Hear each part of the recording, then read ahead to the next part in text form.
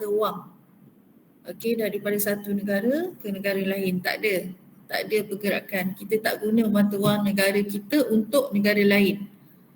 Okey, so setiap negara dia guna mata wang hanya untuk negara dia je. Okey.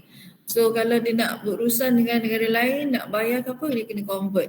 Alright, so it is carried out through the banking system of the two country concerned because the bank keeps account in foreign currency with other bank throughout the world. So what is the name of this account? Okay, bank account yang ada foreign currency with other bank. Apa nama dia?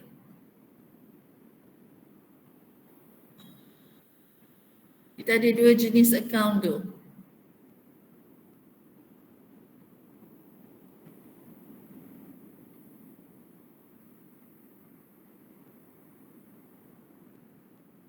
Contoh, kita ada account bank dekat negara luar. So apa nama account tu?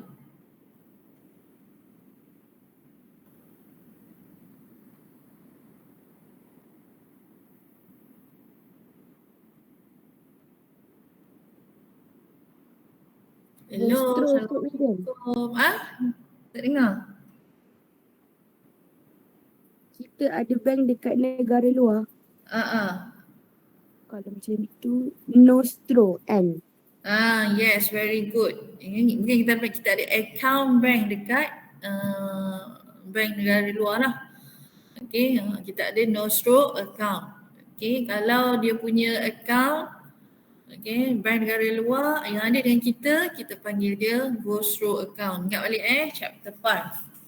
Alright, so every country of the world has their unique currency which only valid in the country of origin, and however, goods and services are traded widely among in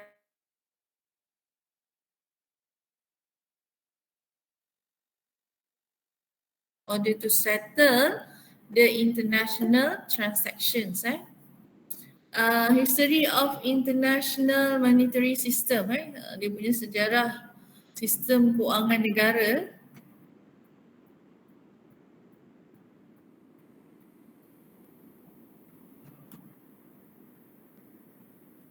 Okay, we have bimetallism from before 1875. Ni you all tak lahir lagi, madam tak lahir lagi.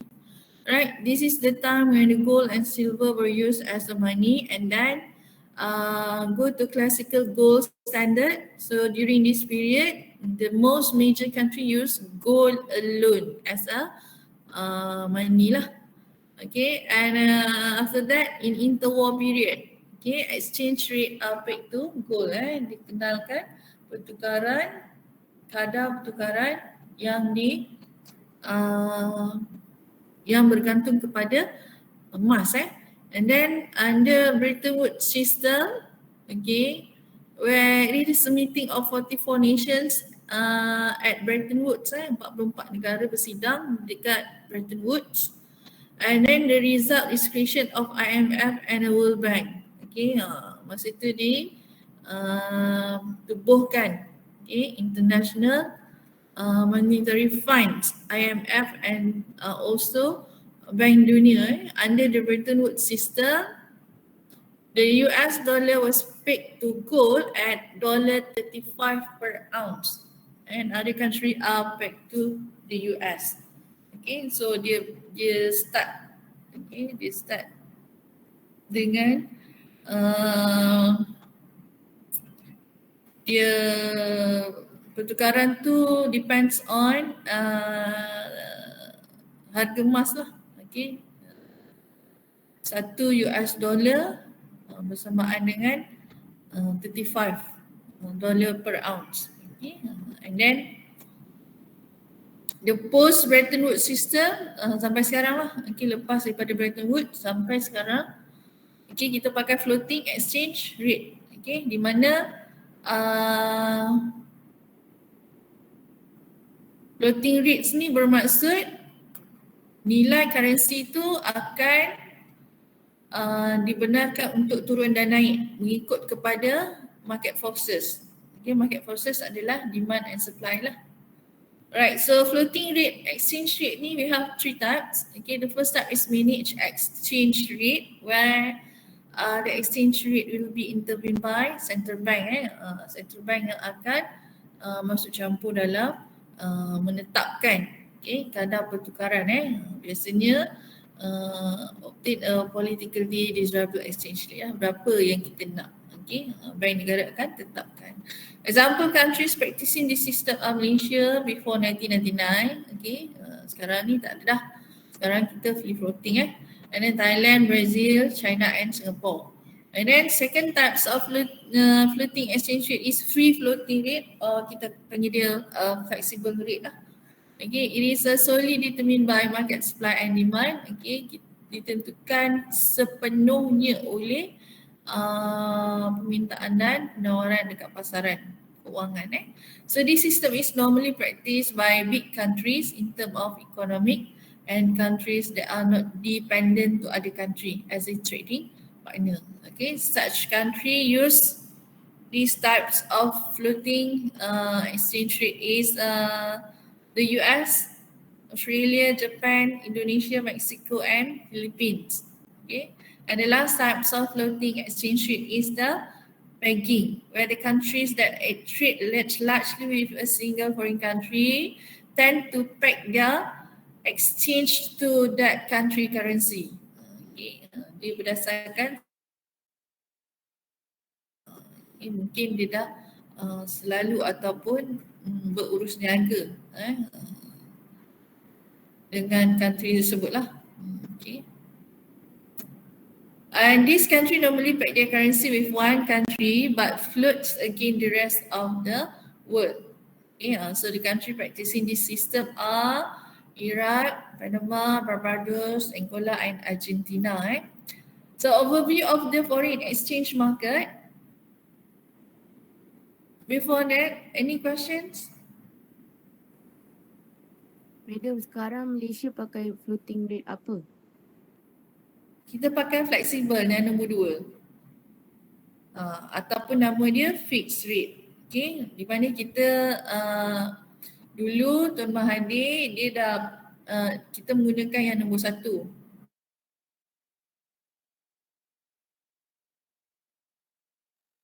Negara kita nak. Itu based on political lah, kerajaan yang merintah waktu tu.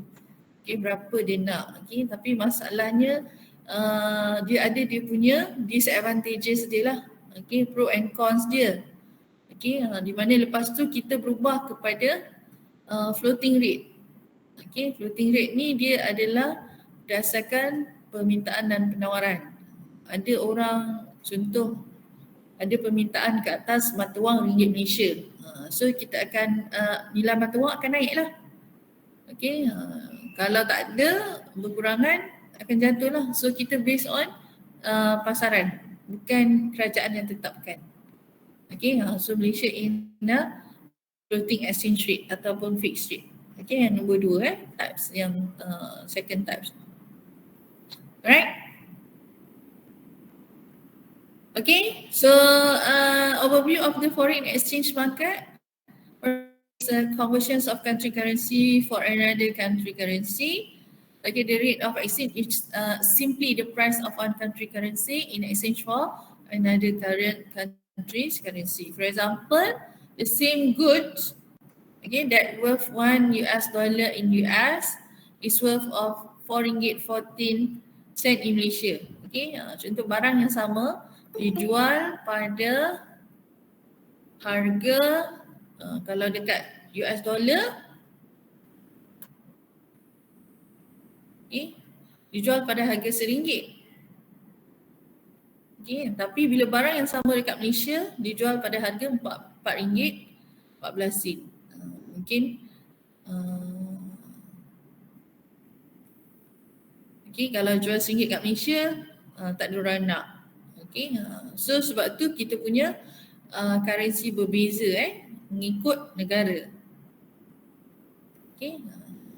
So therefore the exchange rate in USD $1 equal to RM4.14. Dapatlah dia punya exchange rate tu. So the foreign exchange market is the mechanism by which one is unable to transfer purchasing power from one country's to one country's currency to another. Okay, di mana dengan adanya exchange rate ni kita boleh beli dekat negara luar. Okay, kalau duit kita lagi besar, kita boleh beli banyak lah. Okay. So customer usually buy and sell foreign exchange through commercial bank, as only commercial banks are authorized to deal in foreign exchange. So normally the banks quote their rates for buying and selling of various currency on a direct basis. Types of quotations, exchange rate quotations. First is direct basis, second is indirect basis. Okay, but in Malaysia we use direct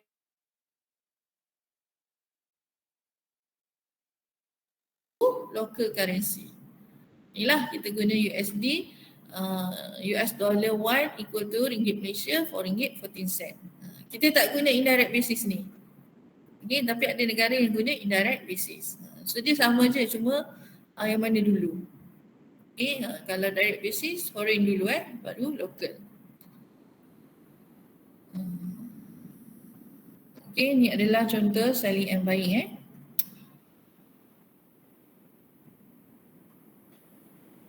ni tak ada apalah. Okay, for foreign exchange transactions it can be divided into two types. Okay, we have spot rates and forward rates. Macam kita nak convert kan, berapa yang kita, kadar yang kita nak darabkan tu. Okay, adakah RM4.14? Tak, dia ada dua jenis. Okay, dia ada dua jenis rate. Okay, di mana kita akan menggunakan dua jenis rate yang berbeza ni. Okay, first is spot rate. Ni you kena tahu sebab nanti ni nak buat you punya group assignment tu atau you nak jawab final, you kalau tak tahu guna spot rate tu bila, salah guna, memang fail lah. Okay, so spot rate is the rate of exchange at which foreign currency is bought or sold with delivery and settlement to be completed immediately or on the spot. That is the key words, immediately or on the spot. Then we use spot rate. Kalau ada perkataan immediately dengan on the spot atau on the spot, you kena guna spot rate. You jangan guna forward rate, salah. Okay, itu adalah untuk spot rate. Yang bawah-bawah tu explanation je, tak penting. Okay, and next is the forward rate. So forward rate ni apa pula? Okay, forward rate is the rate quote at present for a purchase or sales of a stated amount of foreign currency at a specific time in future. Okay, so you kena faham dia punya situasi. Kalau you beli, you beli hari ini dan you janji nak bayar bulan depan atau 2 bulan akan datang, in future, so means that we have to use forward rate. You kena guna forward rate. Okay, sebab dia punya delivery or settlement made in the future, bukan sekarang, bukan immediately, bukan on the spot. Okay, so you nak 1 month after ke 2 month after ke, itu dah in the future. So you kena guna forward rate, tak boleh guna spot rate. Okay, kena faham beza dia bila masa nak guna. Alright, so the forward rates normally quote at premium or discount. So dia tak direct macam spot rate, dia bagi RM RM4.14. Contoh, RM RM4.14. Itu spot rate, memang dia dah bagi RM, you tak payah cari, you just darab lah dengan kadar tersebut untuk nak convert kepada nilai mata wang negara lain, negara kita. Okay. Tetapi kalau forward rate, dia tak bagi RM tu directly. Apa yang dia bagi point dalam bentuk basis point. Okay, so point ni you akan tukarkan dia menjadi kepada 4 titik perpuluhan. Okay, 4 titik perpuluhan. Kalau dia dah memang bagi 4 titik perpuluhan, tak ada masalah. Okey, tapi biasa dia bagi point ni kadang dia bagi dalam bentuk 2 titik puluhan. Okey, contoh 20 ke 10 ke. So you kena convert jadi 4 decimal places. Okay, that point bila dah convert jadi 4 decimal places, you akan add or minus, tambah atau tolak, okay, daripada spot rate, baru you dapat forward rate. Saya nak tahu nak tambah ke nak tolak. Kena tengok dia adalah premium atau discount. Macam mana nak tahu dia premium atau discount? Okay, kita akan tengok. Okay, kalau itu kita akan tengok dalam notes nanti dia bagi dekat Telegram. Dia punya step by step. Okay, sekarang ni nak bagi tahu tu macam mana nak cari forward rate, sebab biasanya forward rate bukan diberi secara directly. Dia diberi dalam bentuk point. Di mana point itu kita kena convert kepada 4 decimal places, and after that baru kita kena tambah atau kena tolak daripada spot rate, bergantung kepada sama ada dia premium atau discount. Kalau dia premium kita tambah, kalau dia discount kita tolak daripada spot rate. Okay, kena faham dia punya ayat tu. Okay, let's say for example here dekat sini dia dah siap-siap bagi discount ataupun premium. Contoh example A, US dollar, nampak tak slide ni? Keluar tak? Nampak. Okay, so US dollar example A 4.25. Ini direct. Ini biasanya spot rate. Okay, example B pun sama. Cuma 1 month forward tu dia tak bagi dalam rate, dia bagi dalam point. Dekat sini dia dah siap-siap 4 decimal places, 0.0025 dalam kurungan DIS, bukan December. Okay, tetapi DIS tu merujuk kepada discount. So bila discount kita kena tolak. Okay, so 1 month punya forward rate adalah 4.2475. Okay, lepas dah tolak lah. Okay, kalau B, example B dia adalah premium, PM, bukan Perdana Menteri. PM stand for premium. Okay, so premium kita kena tambah. So nak cari 1 month forward punya rate, kita kena tambah lah 0.0025 tambah dengan spot rate 4.25, kita akan dapat 4.2525. Okay, so the first step nanti you kena cari rate ni supaya nanti you boleh convertkan. Okay. Alright, so we enter into the calculations and conversions of foreign currency. So kalau PM is a premium lah. Kalau this is a discount. Kalau dia punya forward rate dengan spot rate sama, okay, the word is at par. Okay, par, PAR. Par means samalah. Alright, so kalau premium rates must be added. Kalau premium kena tambah kepada spot rate. Kalau dia discount kena tolak daripada spot rate. So this is the illustrations macam mana nak calculate. Okay, so as we look into the table, given is USD, RM, selling and buying rate. So kalau selling rate untuk US dollar spot, that is spot rate lah, 4.2671. For buying 4.1524. Right, so for 1 month forward, okay, dia bagi dalam bentuk 0.0010 PM premium. Okay, so calculate the answer. Okay, berapa 1 month forward untuk selling?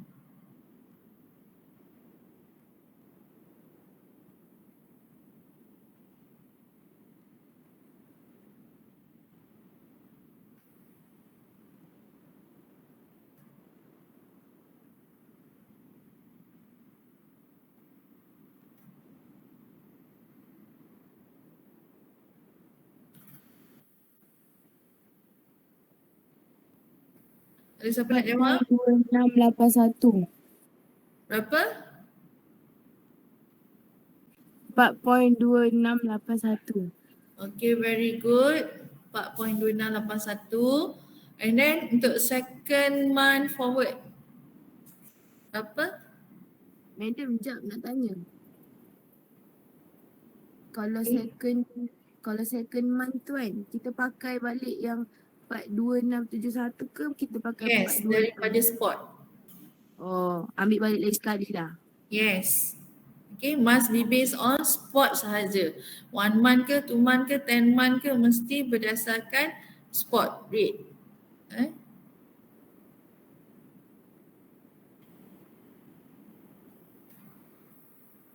4.2691. Okay, good. 4.2691, 3 month forward.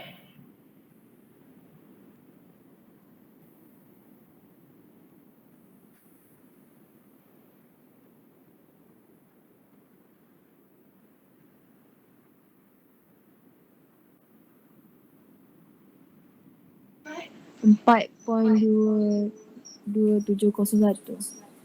Okay, good. So semua dah tahulah macam mana nak cari dia punya forward rate.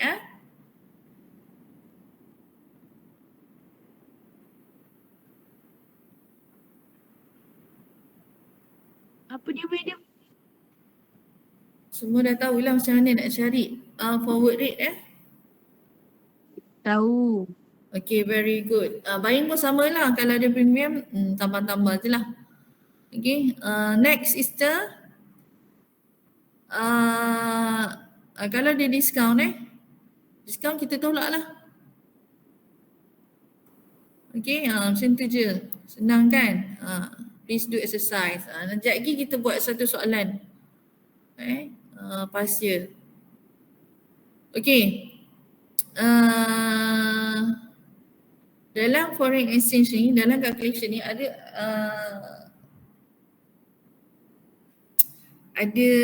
kadang-kadang ada case untuk close out. Kadang-kadang.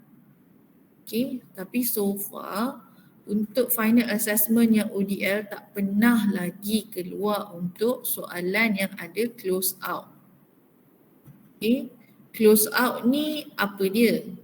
Okay, ia di mana satu situasi, okay, kan kita dah cakap, kita dah deal, kita nak bayar katakan 2 months forward. Okay, so kita dah siap calculate semua 2 months forward. Tiba-tiba, okay, ada perkara yang berlaku yang menyebabkan kita tak boleh nak bayar ataupun kita tak boleh nak terima. Bayar atau terimalah pada 2 months tu. Jadi apa yang perlu kita buat? Kita kena buat close out. Okay, close out bermaksud kita takkan biarkan untuk 2 months tu tak ada pembayaran. Okay, nanti akan rugi kepada pihak bank. Okay, jadi apa yang kita perlu buat bila ada sahaja perkataan delay ataupun kita tak boleh nak bayar on time, okay, kita kena buat close out dengan beli spot rate balik untuk 2 months tu, and then kita akan jual kepada bank forward rate, okay, untuk yang delay itulah. Okay, so close out occur when a customer who has entered into a forward contract, okay, to sell foreign currency to a bank, but he could not fulfill his contract because the payment he was expecting has not arrived. Okay, mungkin orang tu bayar lambat. Okay, jadi tak bolehlah dia nak buat transaksi tersebut sebabkan tak ada pembayaran. Okay, so on the due date, the must close regardless the payment is or not. So kena buat close out lah pada tarikh tersebut walaupun tidak ada pembayaran. Okay, so therefore the customer must buy the foreign currency from bank at a spot rate on that day. So kena beli spot rate on that day of completion and then has sell back that foreign currency to the bank at the rate agreed in the forward contract. Okay, so then the forward contract is considered closed lah. Okay, itu adalah kalau ada close out. Okay, so close out could also occur in a situation where the customer contracted to buy foreign currency but could not fulfill it at the completion date. Maksudnya apa yang kita dah janjikan tak berlaku lah. Lambat ke apa ke kan. So kena ada close out. So a close out is actual facts does not involve the actual delivery of cash money. Okay, but it is simply by debiting or crediting the customer account on the transactions or crediting customer on difference between contract rate and spot rate. So kita dia hanya kita tukarkan debit and credit je. Maksudnya kita kena beli juga waktu yang dijanjikan tu, kita beli juga spot rate tu, lepas tu kita jual balik. So ada extra transactions dekat situ untuk close out, untuk cover lah kerugian kalau tak nanti bank akan rugi. Okay, so that is finish our parts of calculations. Okay, nanti kita buat satu soalan. Okay, next is determinants of foreign exchange rate. Apa yang tentukan foreign exchange ni?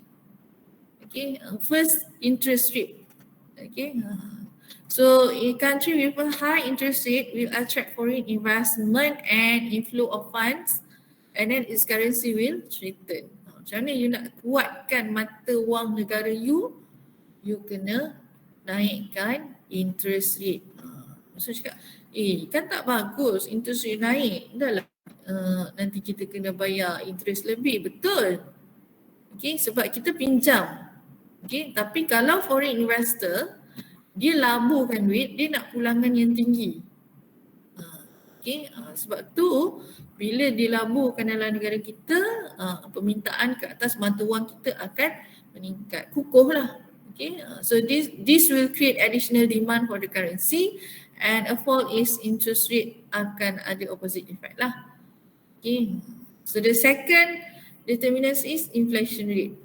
Okay, semalam Madam tengok berita, jangkaan jika semua subsidi dimasukkan oleh kerajaan, inflasi akan meningkat sebanyak 11.4% daripada 2 berapa peratus.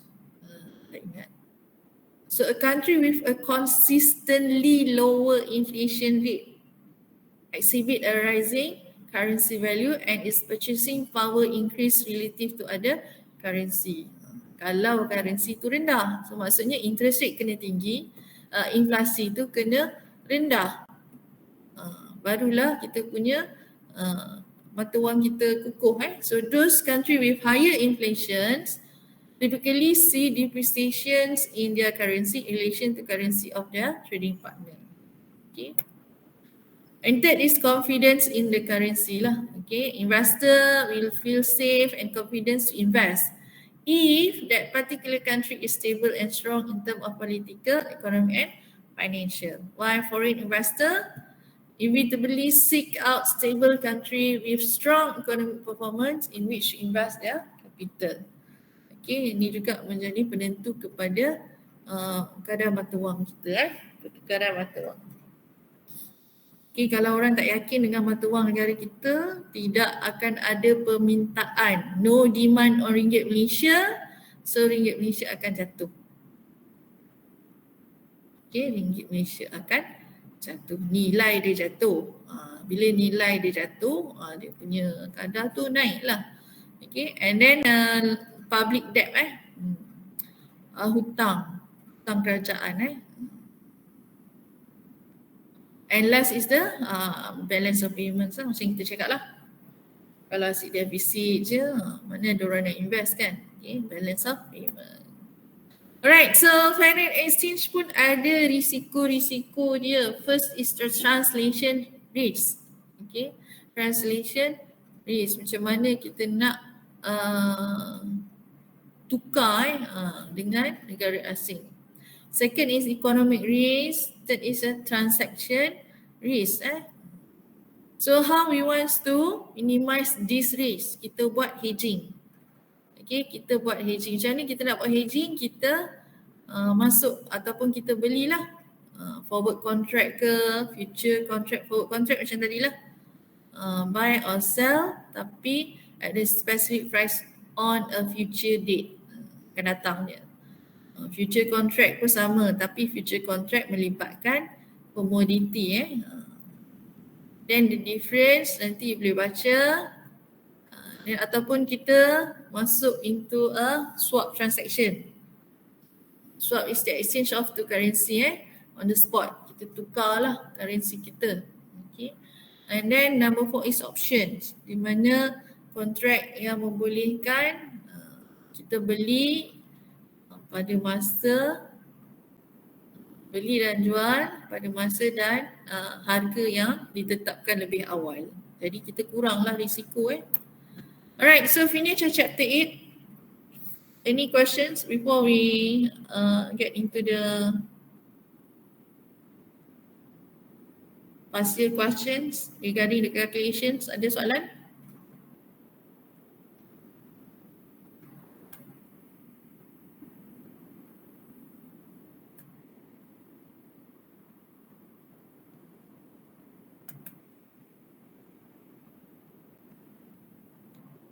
Ada soalan?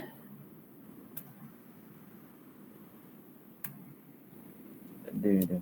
Kenapa beza? Ya.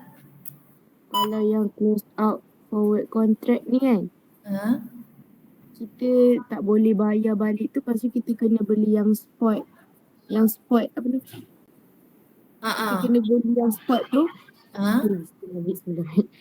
Lepas tu sebabnya kita beli spot tu untuk elakkan bank rugi lah. Yes. Tapi Sebab kita kalau bank rugi lah. Sebab kalau bank rugi, dia akan kenakan charge tu dekat kita. Oh, faham. Okay. Alright, so Madam akan masukkan dia punya step by step proses macam mana yang kita dalam group Telegram, nanti you all refer kat situ Madam akan buka soalan and then Madam akan sharekan ini dia punya macam panduan macam mana nak buat. Macam mana nak buat atau nak jawab soalan. Okay, tengok dalam group Telegram ada tak?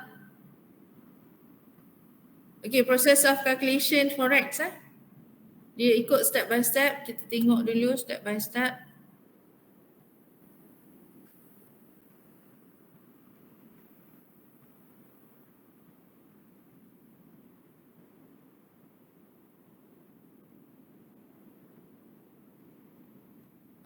Okay.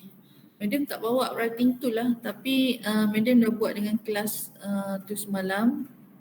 Tak apalah, dan jawapan yang ada kita bincang lah. Okay, this is past year September 2015. Okay, ini Madam guna untuk latihan lah. Tapi kalau you nak lebih kefahaman, you buatlah past year yang latest past year yang latest. Sama ada yang ODL ke, pergi download dekat EQPS. Madam tak ada yang latest. Okay, dekat EQPS you all boleh download lah. Right, boleh nampak tak? Ni macam blur lah Madam. Sekejap Madam besar kan. Madam dah buka ke soalannya? Dah, tak keluar Tak keluar. Aduh, dia kena share balik kot. Sekejap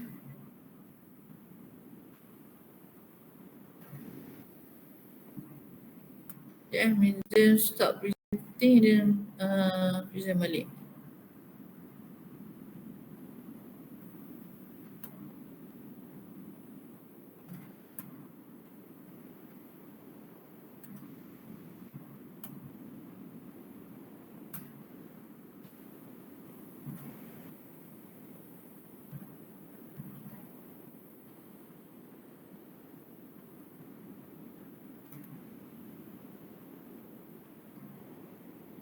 Okay Madam, boleh nampak dah. Okay. Alright. So nampak So question 1, biasanya dulu dia keluar question 1 satu soalan 20 markah Okay, so let's look at this question first. Dia dah conteng tu, nanti bila terang lah kenapa bila conteng. Alright, terus maju from behind. Okay, you kena imagine that this is your company. Okay, you kena imagine macam tu, kalau tak, you tak faham lah apa lah soalan ni nak agaknya. Okay, so terus maju from behind, is your company. Sign a contract on 1st October 2014 to sell. Okay, company you sign contract untuk jual. To sell cocoa bean to a buyer in Australia. Wah, jual cocoa bean dekat Australia for AUD 800,000 Australian dollar. Okay, to be delivered in 3 stages. Okay, so both party agrees that the payment were to be as follow. Okay, so first 40% of price is to be paid immediately upon signing the contract. Okay, sudah tahu dah perkataan immediately itu menunjukkan supaya you gunakan spot rate. 30% of the amount is to be paid 1 month after the contract is signed. Ini adalah forward rate, 1 month forward. And the balance is to be settled in December 2014. Okay. And that second paragraph, kenapa madam cancel macam tu, sebab second paragraph ni menunjukkan adanya close out. Dan for this questions, madam tak nak buat close out dulu. Okay, madam nak buat yang biasa saja dulu. Okay, supaya you all lebih faham. Nanti first latihan terus masuk close out, nanti pening. Okay, so kita anggapkan soalan ni adalah soalan yang tak ada close out.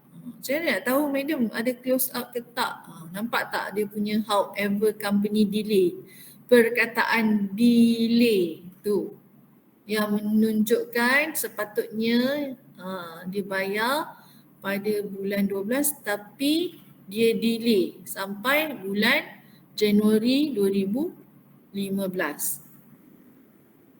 Last payment 15 Januari. So dia ada dah lambat lah dekat situ. Dia dah delay. Jadi kena close out juga bulan 12 tu. Okay. Tapi madam tak nak masuk close out. So madam cancelkan this paragraph. Okay. Anggap je tak ada paragraph ni. Okay.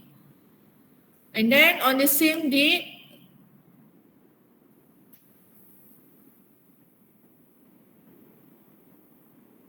the company also sign the contract to buy. Tadi dia jual dengan Australia.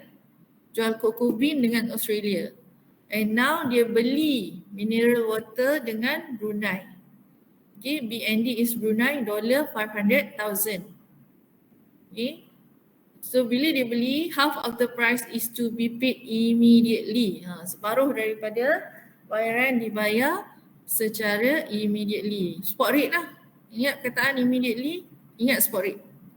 And the balance is due 2 months after the contract is signed. Dan selebihnya akan dibayar 2 bulan selepas kontrak ditandatangan.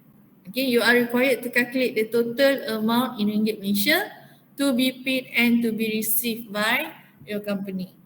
Okay, given dia bagi RM for 1 unit, dia bagi Australian dollar dengan Brunei dollar. Okay, so AUD dekat sebelah sini adalah untuk Australia, BND adalah untuk Brunei. Okay, so first thing first, what is the step 1? Apa step 1? Tengok dekat dalam Telegram.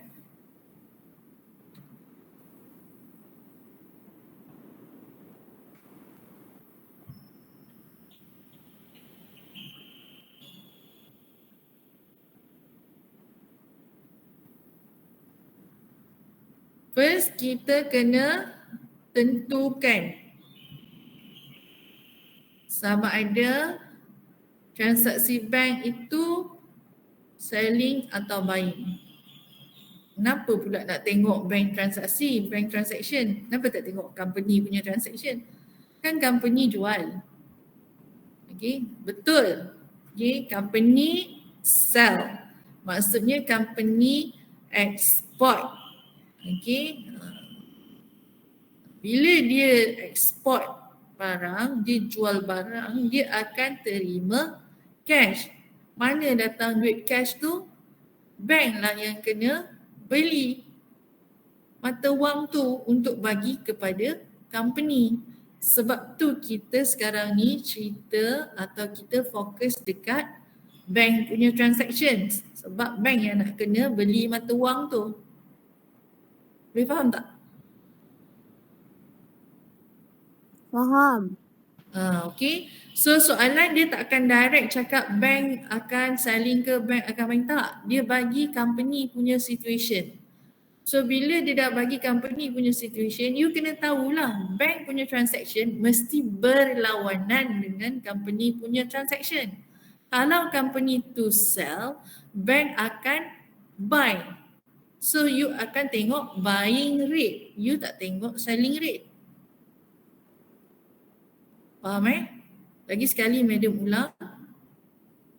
Kalau company you sell, jual barang, bank akan beli mata wang untuk bagi dekat you duit. So bank akan buy. You sell, bank buy. So you nak pakai rate yang mana, buying ke selling? Sebab dua-dua dia akan bagi. You kena tengok lah. Kalau company sell, bank akan buying. So you akan tengok buying rate. You tak tengok selling rate.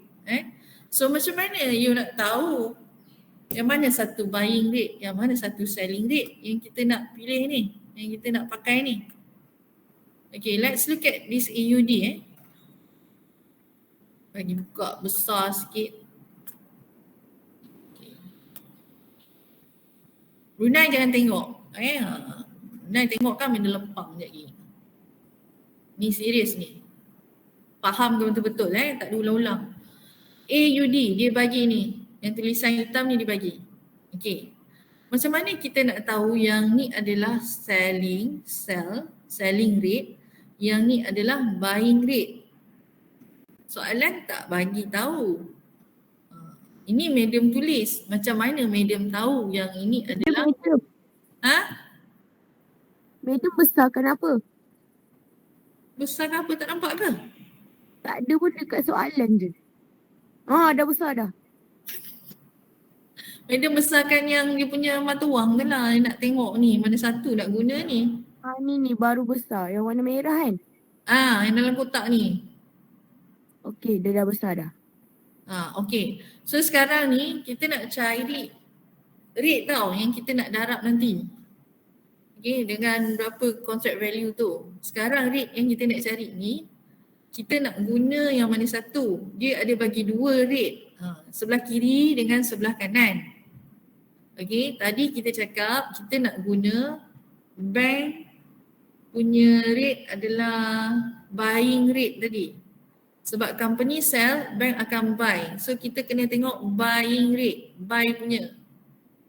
Jadi maksudnya kita tahu yang mana satu buying, yang untuk buying ni lah. Mana satu? Kiri ke kanan? Memang dah ada lah kat sini. Yang sebelah kanan 2.8050 tu buy. Kenapa dekat situ buying rate bukan selling rate?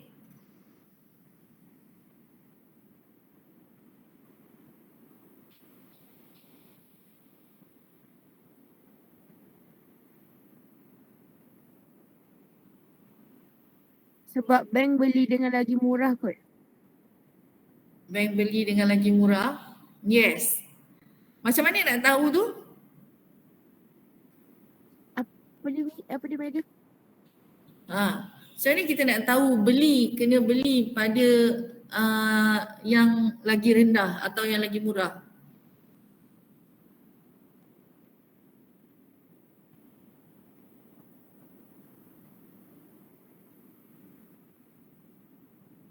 Dekat step 1 tu lah, yang dekat dalam Telegram tu. Nampak tak dekat sebelah bank transaction tu, value tu? Kalau selling rate dia mesti lebih tinggi, high. Kalau buying rate dia mesti lebih rendah. Jadi antara kedua-dua rate ni, madam tengok yang sebelah kanan tu lagi rendah. Jadi dia adalah buying. Faham tak?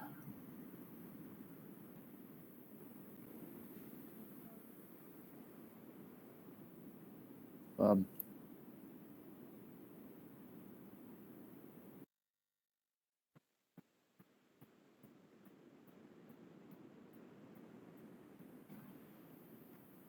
Hello? Diorang tak?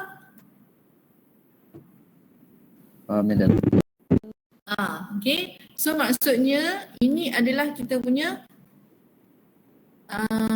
buying rate. Okay, buying rate. So kita akan tengok sebelah sini je lah. Sebelah sini tak nak, selling ni tak nak. Abaikan. Okay. Sebelah sini kita tak nak. Jangan tengok. Okay, jadi kita akan ambil yang sebelah sini. So ini adalah spot rate.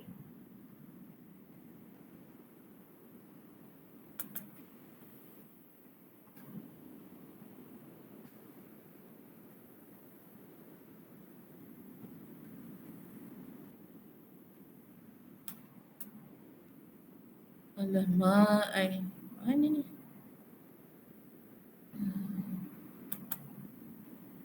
Okay, so bila tengok balik dia punya ni,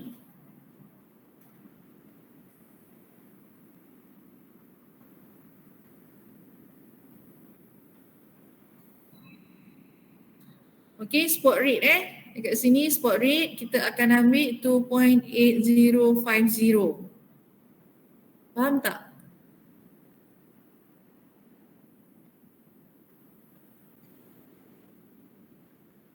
Faham madam. Okay. And then kita akan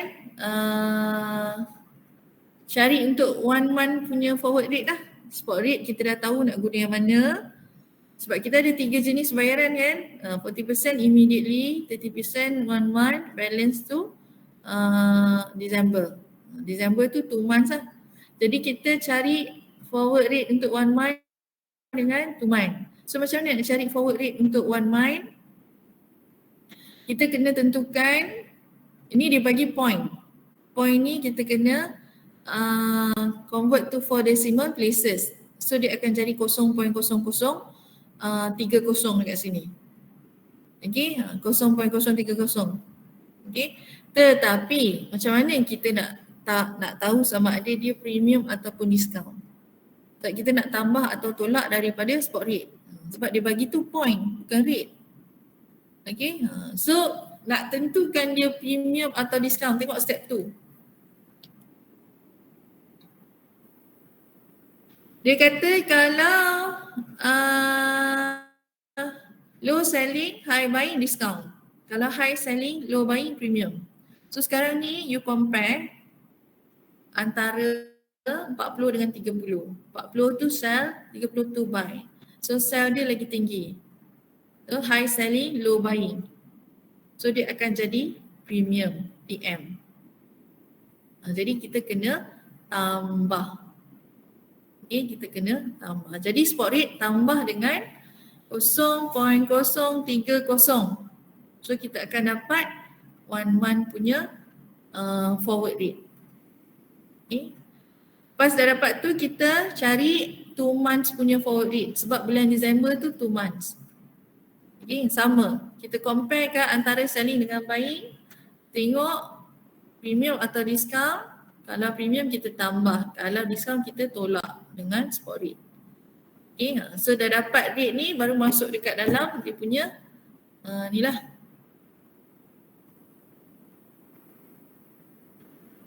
Dalam dia punya contract value step by step. Ni nak tarik ni.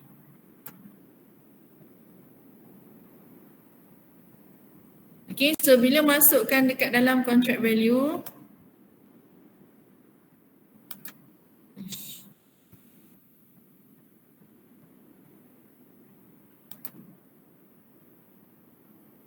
jangan. Salah. Okay, boleh tengok dia punya cara dia, first kita tengok contract value dia adalah Australian dollar 800,000. Okay, so first start kita bayar 40% daripada nilai kontrak, okay, on the spot, immediately. So ini adalah spot rate. Madam, tak ada slide. Tak ada? Slide. Okay, dah tukar dah. Okay. Oh, setiap pergerakan tu madam kena tekan balik tu. Alright, lepas tu madam ulang 40% tadi daripada nilai kontrak 800,000. Okay, kita akan darab dengan spot rate. Ni spot rate. Okay, dapat nilai ni. Lepas tu 30% daripada nilai kontrak kita darab dengan 1 month forward rate. Ni yang kita cari tadi. Okay, ni yang kita cari 1 month forward tadi kita guna. Okay, dapat nilai ni. And last tu balance ada 30% daripada contract value darab dengan ini 2 months forward rate yang kita dah cari. So bila kita dah darab, dah dapat, totalkan semua, ini adalah dalam ringgit Malaysia yang kita akan terima daripada duit Australia tadi. Convert jadi duit Malaysia 2,245,680. Boleh, ada soalan tak?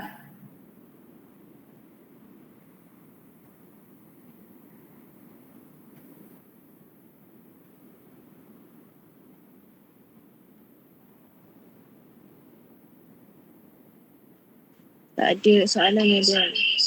Faham Okay, good. So, ada at the same time, dia berurus niaga juga dengan Brunei. Okay, di mana dia beli air mineral berjumlah 500,000 Brunei dollar.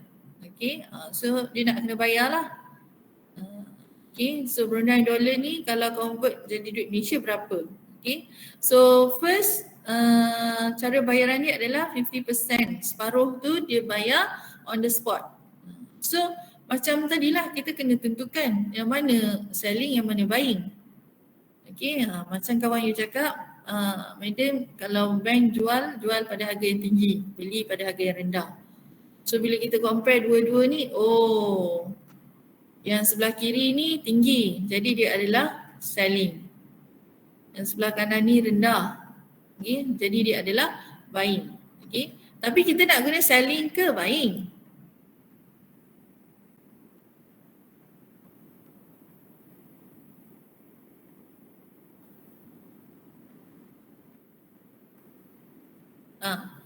Madam tanya ni, kita nak guna selling ke buying? Selling lah, tapi kenapa madam guna selling? Apa madam tak guna buying?